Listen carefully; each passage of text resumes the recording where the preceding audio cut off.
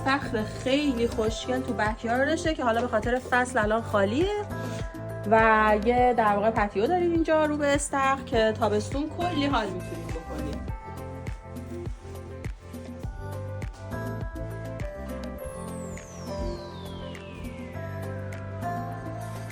اینجا هم یه لیوینگ روم دلواز و قشنگ داریم، همونجور که می‌بینید کلی دکورای خیلی قشنگ و لوکسه.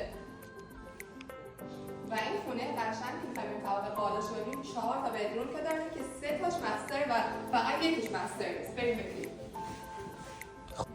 اینجا وارد اتاق مستر این خونه خیلی خوشگل میشیم که یک کلوزت اینجا داره، یک کلوزت خیلی خوب و بزرگ و یک کلوزت خیلی خوشگل جدید رینوویت شده اینجا هستش و اینجا هم واشرومش هستش که مدرن دیزاین شده و رینوویت شده هستش.